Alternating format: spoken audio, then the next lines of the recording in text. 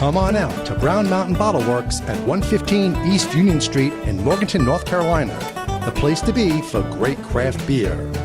Browse their shelves with hundreds of craft beer selections. Relax and enjoy one of their 12 draft taps. Check them out on the Untapped app for their current draft beer selections and go to their website to see the latest beer offerings and events at www.brownmountainbottleworks.com. We'll see you there.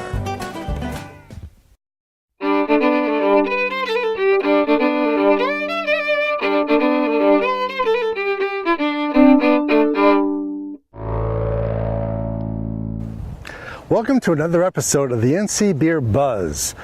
Normally we talk about beer on the buzzes, but today we're going to talk about cider. And we're out in Chatham County, in Pittsboro specifically, to talk to Chatham Cider Works. I'm Maureen Ahmed. I'm the cider maker and founder of Chatham Cider Works, along with Jim Crawford. I am operations manager. We started last year commercially. We opened in this year. We opened in January of this year, but we've been making cider as a hobby for, 7, 8, 9, 10. We got a state ribbon in 2009 for the best, it was number 2 fruit wine, but the best cider that year. In the amateur category, yeah. So we've been doing this just as a side hobby for a long time.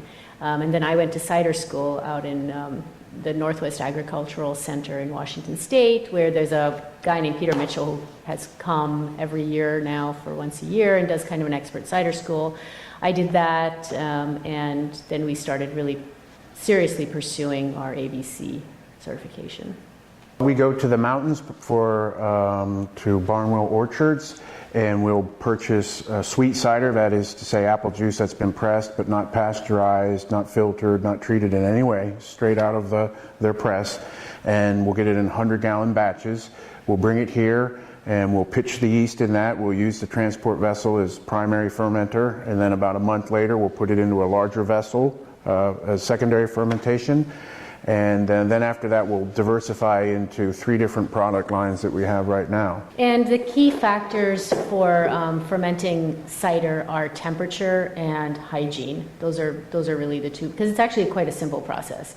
And so we ferment in here as close as we can get to about 56 degrees. So we keep the temperature really cool, because that allows the flavors to develop in the juice, and it also keeps any kind of bacterial load really low. And the other piece is really good hygiene. And so it's tough to clean vessels. And so what we do actually is we use a disposable bag-in-a-box system so that we don't have to worry about any kind of bacteria, residual growth, whatever. We just use it, we recycle the plastic, we're done, and we start fresh every time.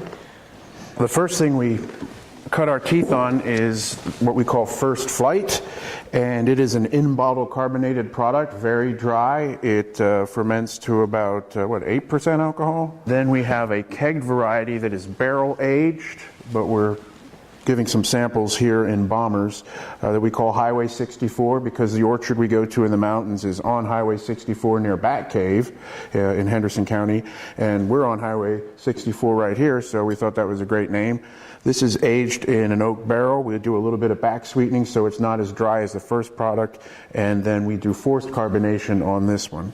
Our third product line is something we've just started. This is basically a kitchen table variety, and this is good for cooking or mulling, and I'll let you tell them how we came about this. Yeah, so really we just wanted to have something that was a still cider that you could use in any kind of cooking process. And the nice thing about this is that it's generally quite hard to find a still cider, and B, a cider that has enough alcohol that will hold up to heat. So especially for something like mulling, you want a little bit of that alcohol to give you the nose, because it brings the aroma of the spices out. And if you're working with a 5-6% alcohol, you don't get that as much as you do if you're working with a 9. So this is a really good one for mulling. And the product that we don't have here actually is our backyard blend, and that was something that we did this year using foraged apples and apples that grow exclusively here. And again, that's a little bit of an unusual product because this is not known as an apple growing region. And we kind of set out to prove that you can make good cider with the fruit you have. I mean, that's a long-standing American tradition. And so we went and we found the fruit that was growing in our little orchard in Orange County, actually. And then we went to friends, we went to Triangle Land Conservancy, and we just took whatever we could find before the birds and the deer got it. And we ended up with about 25 gallons of very painstakingly crushed and fermented, truly local backyard blend. So we're mainly in Chatham County right now. So there are a couple places. The 580 Bottle Shop, Vino has it, Chatham Marketplace has it, the Fair Game Tasting Room has it. The Mod. And then the Mod has it on tap. And then additionally, we're at a couple of the bottle revs. So Chapel Hill, RDU, both have our products. And Foundation in the middle of Raleigh has us on tap right now, the Foundation Bar. And when they're open, Honeysuckle Tea Room also has us on tap, and that's in Orange County. Yeah. The best way to get a hold of us is really to send us an email. The contact information is on our website. We're very active on social media, Facebook, and we have often opened up when people have said that they were in town, they were shooting through on their way to the beach or whatever, and just let us know, and we're happy to open up and show you around.